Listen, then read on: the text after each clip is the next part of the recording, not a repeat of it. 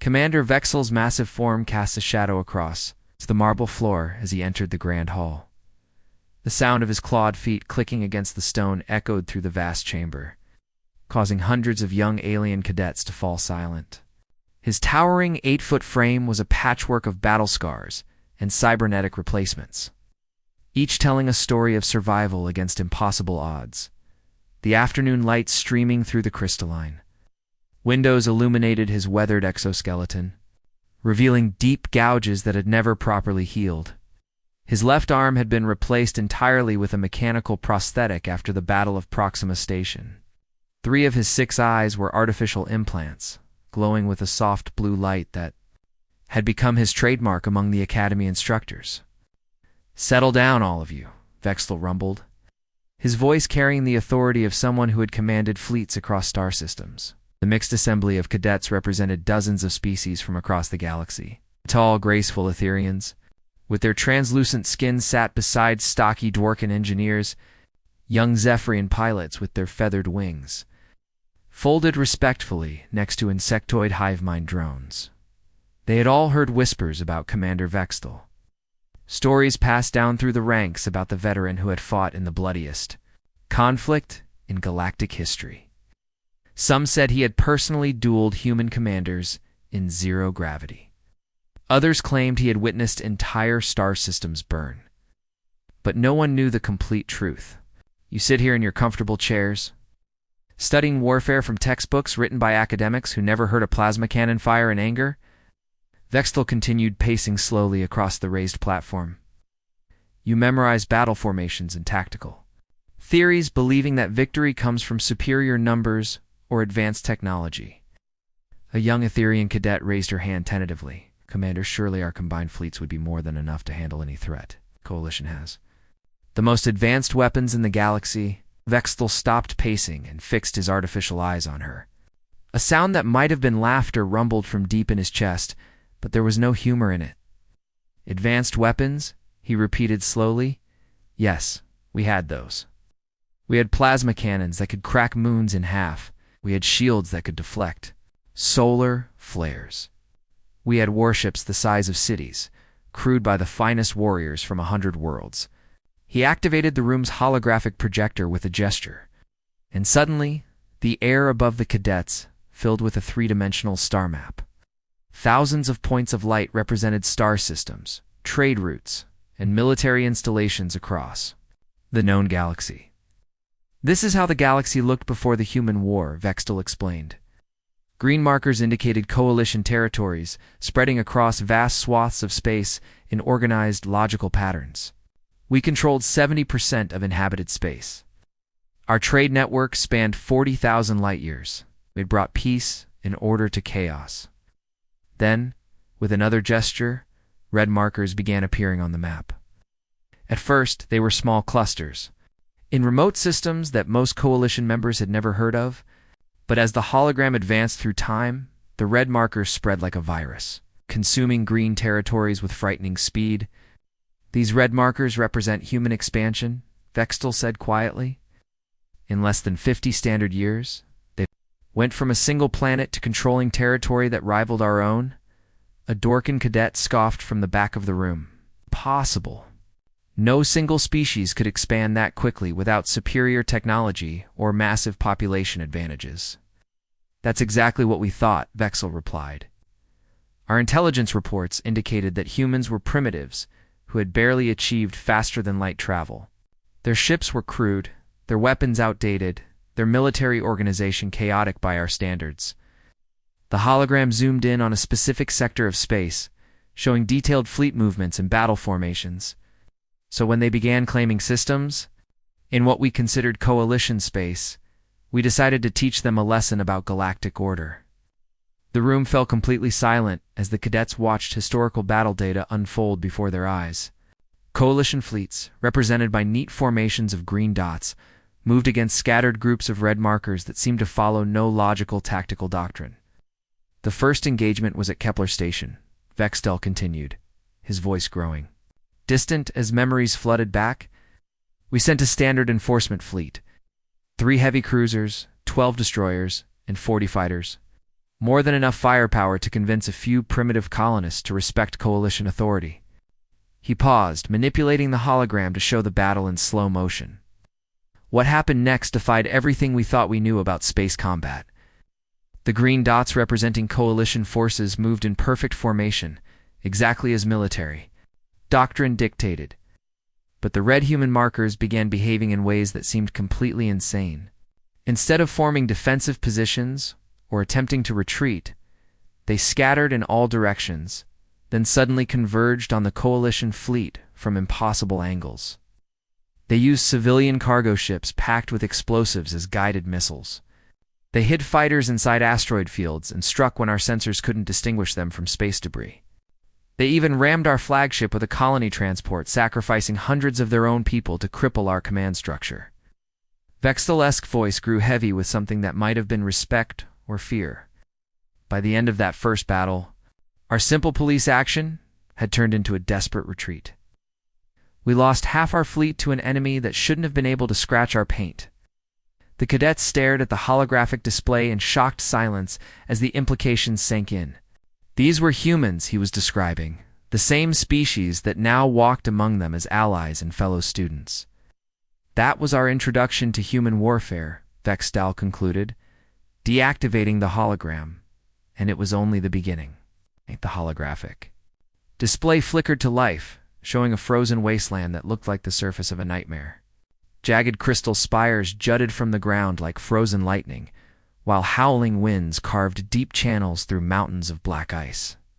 The temperature readings at the bottom of the display showed numbers that would instantly kill most known species.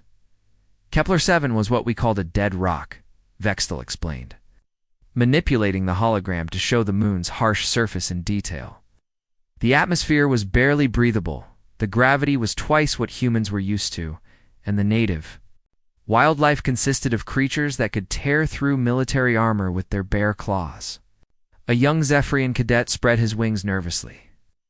Why would humans even try to establish a research station there? Because that's what humans do, Vexel replied with something that might have been admiration. They go to places that should kill them and somehow make them home.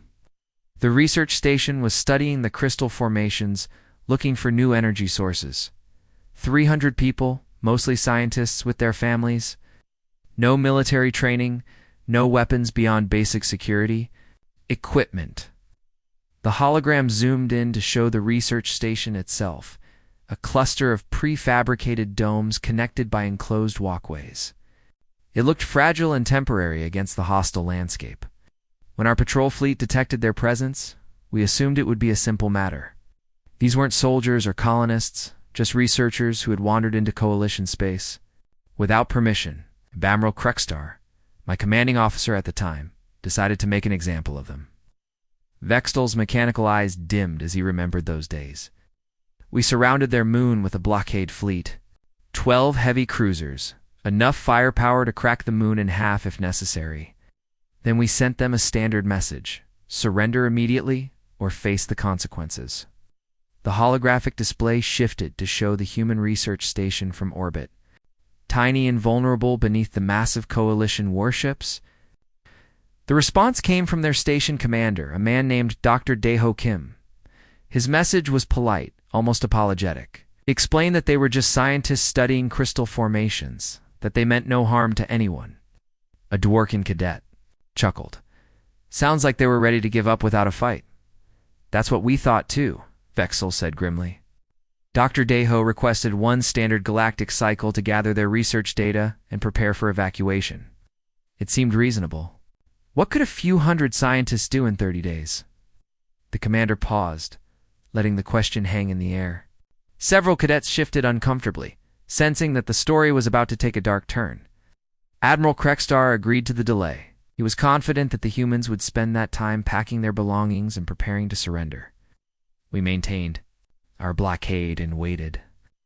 Our sensors showed normal activity at the research station, nothing that seemed threatening. Vextel manipulated the hologram to show the passage of time, with the Coalition fleet maintaining its positions while the research station continued its apparent preparations for surrender. After 30 days, we sent another message demanding their immediate surrender. Dr. Deho responded again, this time requesting an additional month. He claimed they had discovered something important in their research that needed to be properly documented. The commander's voice grew darker. Admiral Krekstar was not pleased, as he gave them 1 more week, no more. After that, we would take the station by force and arrest everyone inside for violating Coalition space. When that week passed with no surrender, we began our assault. The plan was simple. Land troops at the main research facility, secure the scientists, and transport them to our ships for processing. We expected minimal resistance from a group of academics with no military training. The holographic display showed Coalition assault shuttles descending toward the research station, their energy shields glowing as they cut through the harsh atmosphere. The first sign that something was wrong came when our lead shuttle was attacked by what our sensors identified as native wildlife. The crystal wolves that lived in the moon's cave systems had somehow learned to coordinate their attacks. They swarmed our landing craft in packs of 50 or more, using tactics that seemed almost military in their precision. Vexel's mandibles clicked nervously as he continued. But these weren't ordinary crystal wolves anymore. They wore crude armor made from processed metal and crystal fragments. Someone had been training them, teaching them to work together in ways that went against their natural instincts. A Therian cadet raised her hand. You mean the humans had domesticated them? More than that, Vextel replied. It had turned them into weapons. Each wolf pack was led by a human handler who could direct their attacks with simple hand signals. The wolves themselves had been equipped with crystal spikes on their claws and armor plates protecting their vital organs. The hologram showed the brutal reality of the first landing attempt. Coalition soldiers in full combat armor were being overwhelmed by coordinated attacks from wolf packs that struck from multiple directions simultaneously. We lost 3 shuttles in the first hour. The survivors took shelter in the crystal formations, but even there they weren't safe. The humans had somehow learned to use the crystals themselves as weapons, heating them with improvised tools until they could be fired like projectiles. Vexel gestured to a scar running across his chest armor that came from a crystal shard, fired by Dr. Deho himself. He had modified a scientific specimen heater into a weapon that could punch through military-grade armor at 50 meters. But the real shock came when we breached the research station itself. We expected to find terrified scientists hiding in their laboratories. Instead, we found a fortress. Every corridor had been converted into a defensive position. The walls were lined with crystal spikes that could be triggered remotely. The ventilation systems had been weaponized to spray superheated steam. The commander's voice filled with grudging respect. And at the center of it all was Dr. Deho. This soft-spoken researcher had transformed himself into something I barely recognized. He wore armor made from wolf hide and crystal plates, carried weapons crafted from laboratory equipment, and commanded his people with the skill of a veteran military officer. The final battle lasted 3 hours. 50 humans, mostly scientists and their families, held off our entire assault force. They used every trick, every advantage they could find. When their makeshift weapons ran out of ammunition, they fought. With crystal spears, when the spears broke, they used their bare hands. Vexel's voice grew quiet. Dr. Deho died defending the station's central laboratory. His last act was to detonate the station's power core, destroying our remaining ground forces and denying us the research data we had come to capture. The holographic display faded, leaving the cadets in stunned silence.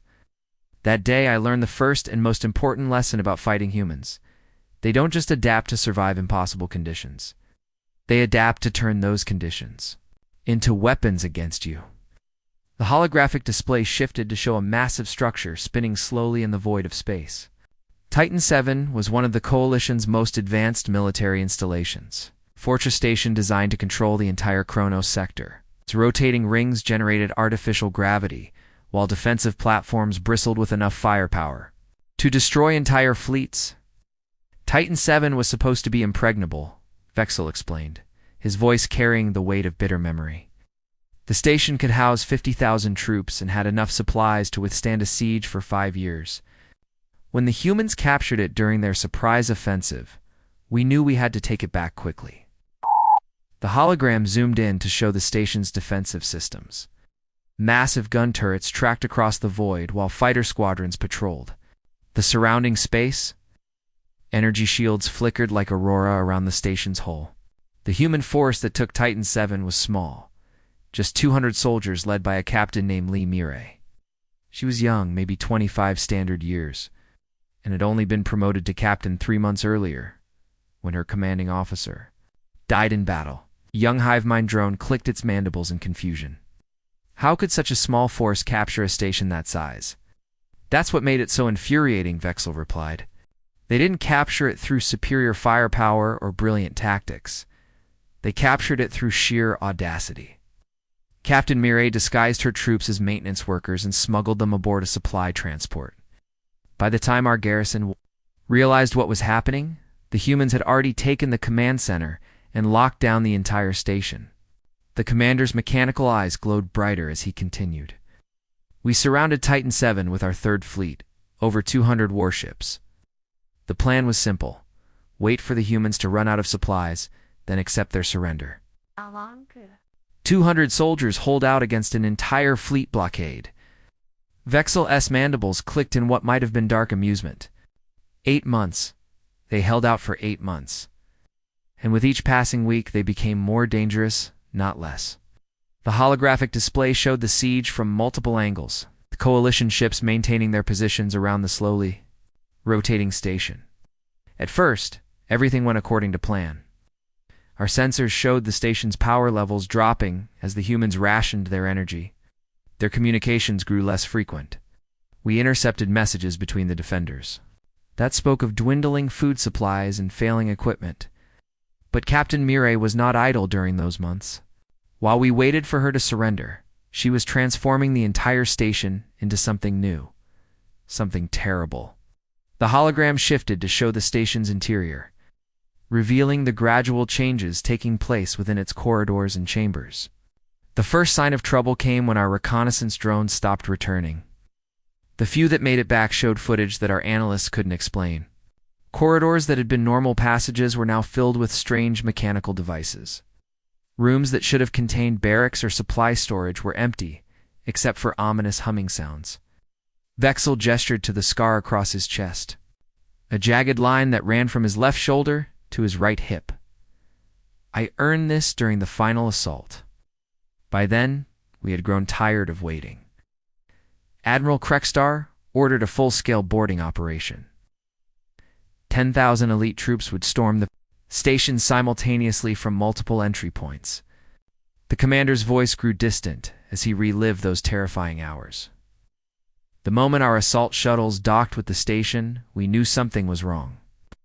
The airlocks opened normally, but the air that rushed out carried a strange chemical smell.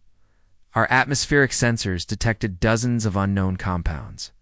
Captain Mirai had converted the station's air recycling systems into chemical weapon dispensers.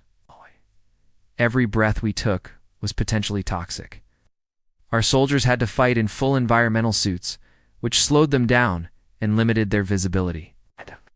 Holographic displays showed coalition troops moving cautiously through the station's corridors, their bulky suits making them clumsy targets. But the chemical weapons were just the beginning. Mirai had turned every system on the station into a weapon. The food processors, designed to create nutritious meals from basic elements, had been reprogrammed to produce corrosive acids that ate through our armor. A Therian cadet gasped. She turned their kitchen equipment into weapons. More than that, Vexel replied grimly. The medical bays, equipped with advanced surgical equipment and biological research tools, had been converted into factories for producing biological agents. The maintenance drones normally used for routine repairs had been fitted with explosive charges and programmed to seek out coalition life signs. The hologram showed the terrifying reality of the boarding operation. Coalition soldiers were being attacked by swarms of small flying robots that exploded on contact, corridors filled with acidic mist that ate through their equipment, medical facilities that released clouds of engineered bacteria designed to attack alien physiology. But the worst part was the human defenders themselves. Captain Mirai had convinced some of her soldiers to undergo surgical modifications using the station's medical equipment. They had replaced their limbs with mechanical appendages that could extend razor-sharp blades. They had installed subdermal armor plates that made them nearly impossible to kill with conventional weapons. Vextel's voice grew quieter as he continued. I encountered one of these modified soldiers in the station's engineering section. He looked like a normal human until he attacked. His arms extended into sword-like weapons, his chest opened to reveal additional weapon systems, and his eyes glowed with artificial enhancement. It took 5 of my best troops to bring him down, and he killed 3 of them in the process. The deeper we penetrated into the station, the more horrifying it became. Mireille had created a maze of death where every step could be your last. Gravity. Generators had been modified to create crushing fields in certain corridors. The station's artificial intelligence had been reprogrammed to hunt coalition forces using the internal sensor network. The commander paused, his mechanical eyes dimming as he recalled the final confrontation. When we finally reached the command center, we found Captain Mir connected to the station's main computer through dozens of neural interface cables. She had plugged herself directly into the station's systems, becoming part of the machine itself. Her body was more machine than flesh by then. The neural interfaces had burned permanent channels into her skull. Her arms had been replaced with direct computer connections. She had sacrificed her humanity to become the perfect defender of her fortress. Vextel's voice filled with grudging respect. She spoke to us through the station's communication system, her voice echoing from every speaker simultaneously. Offered us one final chance to withdraw our forces and end the siege peacefully. When we refused, she activated what she called the Final Solution Protocol, the station's main reactor. Designed to power the entire facility, was overloaded and turned into a massive bomb. Mireille died in the explosion, but she took half-hour fleet with her. The holographic display showed the brilliant flash of the station's destruction, followed by the chain reaction that consumed dozens of coalition warships. In her final moments, Captain Mireille had transformed herself and her entire command into a single, devastating weapon. She proved that humans don't just use tools to fight. When necessary, they become the tools themselves. The cadets sat in stunned silence, trying to process the implications of what they had heard. Vextel's voice carried a note of warning as he concluded. That day, I learned that human ingenuity knows no bounds. When faced with impossible odds, they don't just adapt their weapons, they adapt themselves. The holographic display transformed to show a breathtaking world that looked like paradise itself. Rolling green hills stretched beneath azure skies, while crystal-clear rivers wound through forests of towering trees. Cities of gleaming white stone nestled in valleys, their spires reaching toward the clouds like prayers made manifest. New Seoul was the crown jewel of human colonial expansion. Vextel said softly, his mechanical voice carrying an uncharacteristic gentleness. 12 million people called it home. Artists, scientists, farmers, children playing in gardens that bloomed with flowers from a dozen different worlds. It was everything the human colonization effort aspired to create. The hologram zoomed in to show busy marketplaces where humans of all ages went about their daily lives. Children ran through parks while their parents watched from benches. Students hurried to universities while merchants hawked their wares from colorful stalls. The planetary governor was Park Jin-woo, a career politician who had never worn a uniform or fired a weapon in anger. He had been elected on a platform of education reform and agricultural development. When our invasion fleet dropped out of hyperspace in the system's outer reaches, Jin-woo had perhaps the most impossible decision any leader could face. A young Zephyrian cadet shifted uncomfortably in his seat. Surely he would have tried to negotiate some kind of peaceful solution. Did, Vextel replied, manipulating the hologram to show the massive coalition fleet taking position around the planet. Jin-woo sent dozens of diplomatic messages. He offered to pay tribute, to provide resources, to accept coalition oversight of planetary affairs. He tried everything short of complete surrender. The commander's voice grew heavy with memory. Krekstar's response was simple: unconditional surrender within 24 standard hours, or face total planetary bombardment. Every human on New Sol would be relocated to labor camps on frontier worlds. Their civilization would be erased. The holographic display showed emergency broadcasts being transmitted across the planet's communication networks. Governor Jinwoo appeared on screens in homes, schools, and workplaces throughout New Sol, his face grave as he explained the situation to his people. What Jinwoo told his citizens that day changed everything I thought I knew about courage, Bextel continued. He didn't try to sugarcoat the situation or offer false hope. He told them the truth. The coalition fleet had enough firepower to crack their planet like an egg. Resistance seemed impossible. The hologram shifted to show the planet's quantum portal facilities, massive ring-shaped structures that could transport people across vast distances in seconds. But then Jinwoo revealed something that even our intelligence networks hadn't known about. The humans had been secretly constructing experimental quantum portals that could evacuate large populations. 2 hidden colonies in unexplored systems? Vextel's mandibles clicked nervously. The portals were dangerous, unstable prototypes with a 30% failure rate. Anyone who entered them had only a 70% chance of arriving alive at their destination. But it was a chance at survival that total surrender would not provide. Governor Jinwoo gave every citizen of New Sol a choice that no leader should ever have to offer: flee through the portals and possibly die in the attempt, or stay and fight knowing that death was certain. The holographic display showed scenes that would haunt Vextel for the rest of his existence. Families gathering in their homes, holding each other as they made the most terrible decision imaginable. Parents kissing their children goodbye before sending them through the portals to uncertain safety. Elderly grandparents refusing evacuation so that younger people would have better chances of survival. The evacuation lasted 18 hours, Vexel said, his voice barely above a whisper. We watched from orbit as millions of people lined up at the portal stations. Children as young as 5 years old walked hand in hand with strangers because their parents had chosen to stay behind. Teenagers said goodbye to their friends, not knowing if they would ever see each other again. A Etherian cadet wiped tears from her translucent cheeks. How many evacuated? 4 million, Vextel replied. 4 million souls vanished into the quantum void, most of them children and young adults with their whole lives ahead of them. The remaining 8 million citizens of New Sol chose to stay and fight. The hologram showed the transformation that followed. Peaceful cities were converted into fortress complexes overnight.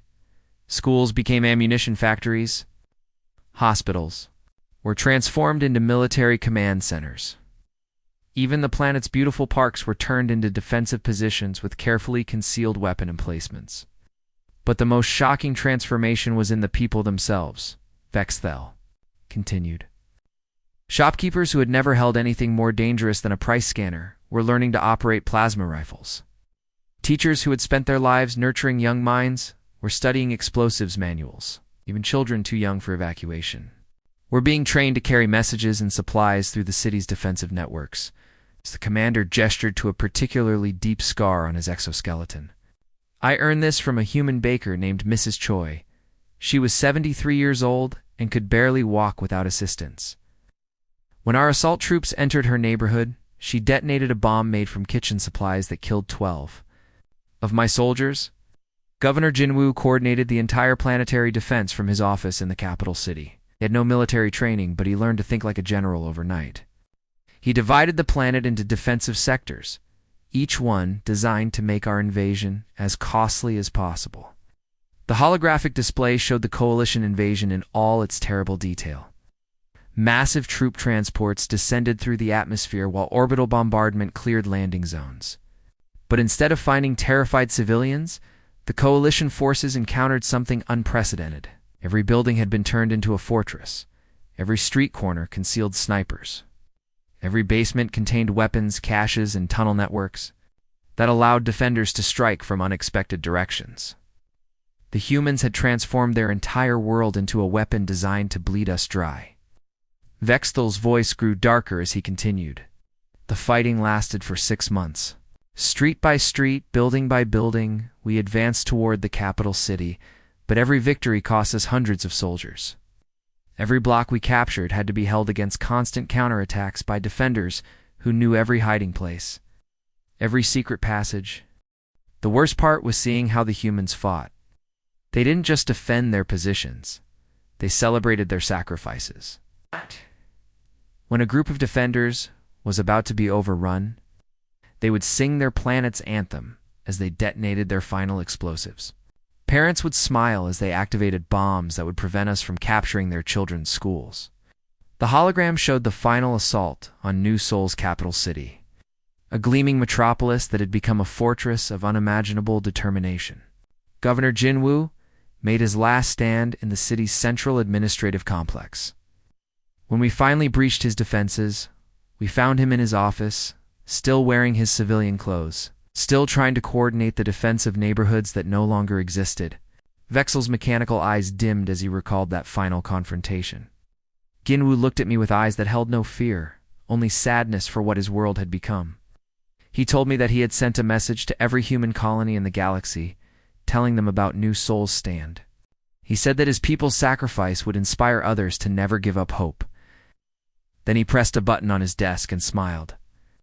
The city's fusion reactor, the power source that had provided clean energy for millions of people, became the largest bomb in human history. The explosion vaporized everything within 50 kilometers and sent a shockwave that damaged ships in orbit.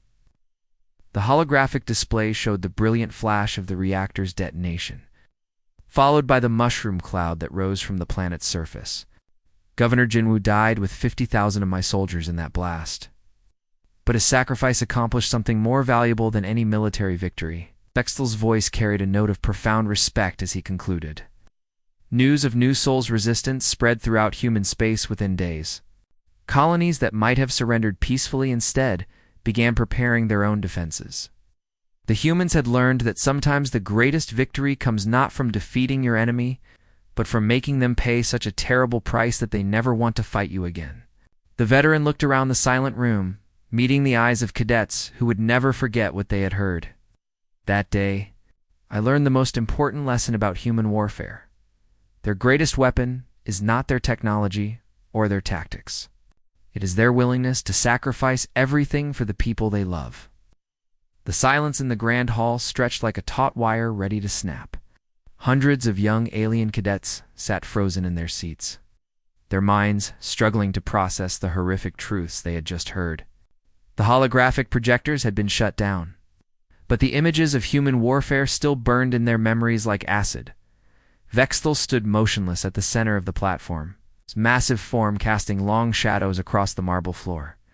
His mechanical breathing was the only sound in the vast chamber, a rhythmic reminder of the battles that had broken his body, but not his spirit.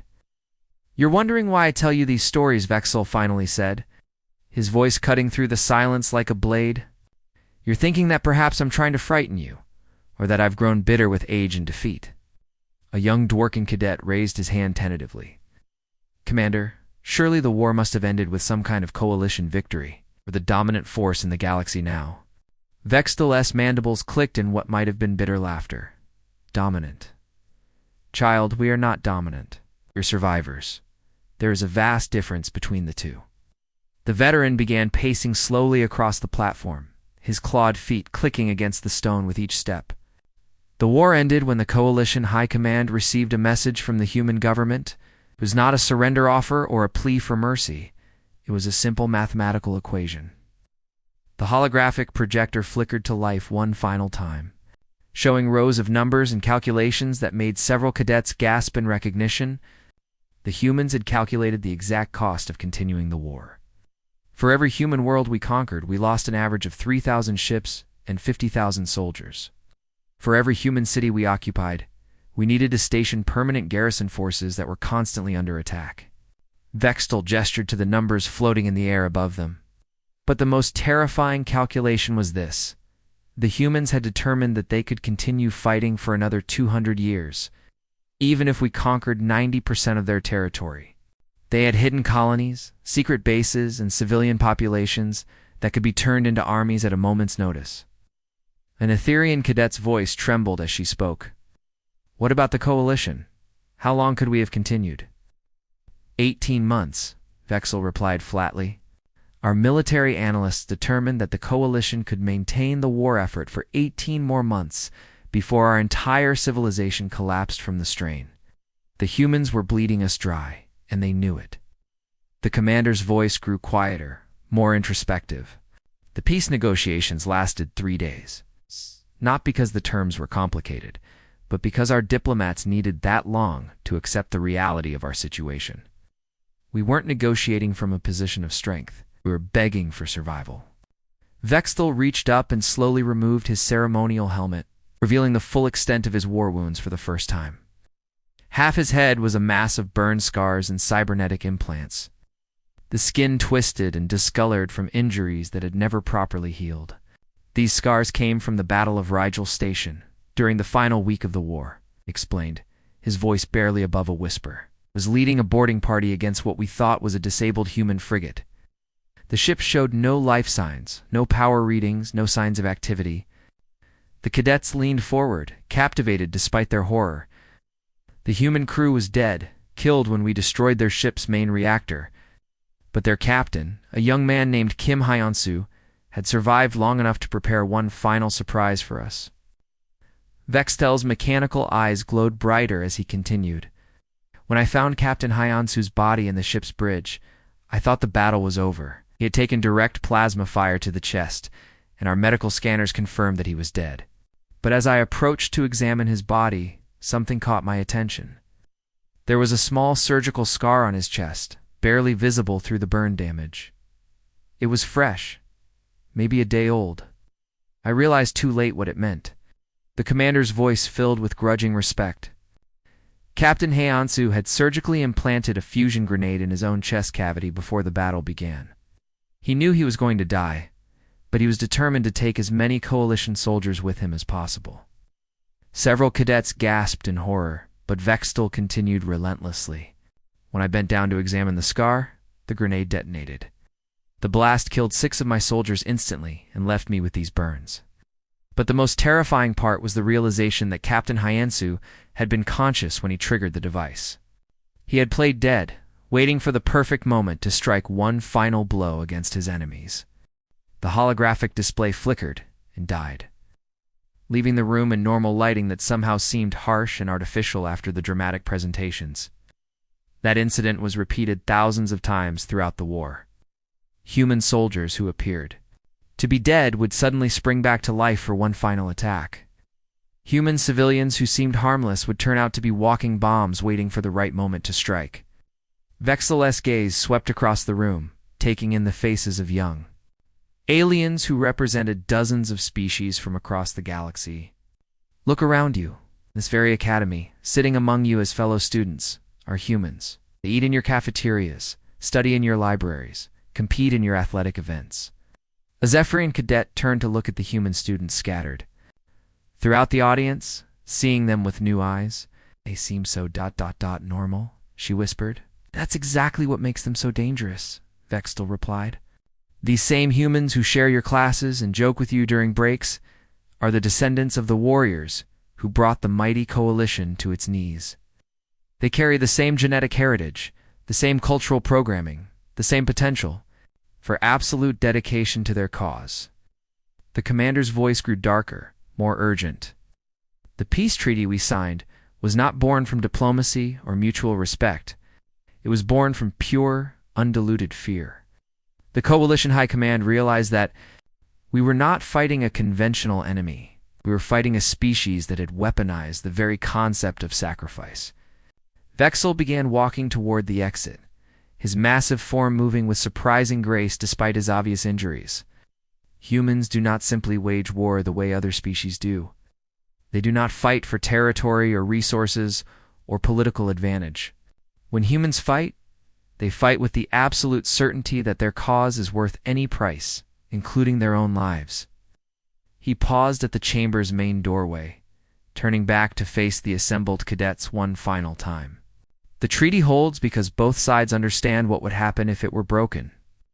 The Coalition knows that we could not survive another war with humanity, and the humans know that we will never again underestimate their capacity for total commitment to their beliefs. So I leave you with this warning, Vexel concluded, his voice echoing through the vast chamber. Treat your human classmates with respect, not because they are our allies, but because they are the inheritors of a warrior tradition that nearly destroyed our civilization. Be grateful that they have chosen friendship over conquest, and pray to whatever gods you worship that humanity never again has reason to show the galaxy what they are truly capable of.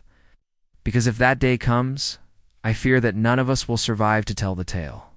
The old veteran stepped through the doorway and disappeared into the corridor beyond, leaving behind a room full of young minds forever changed by their glimpse into the heart of human warfare.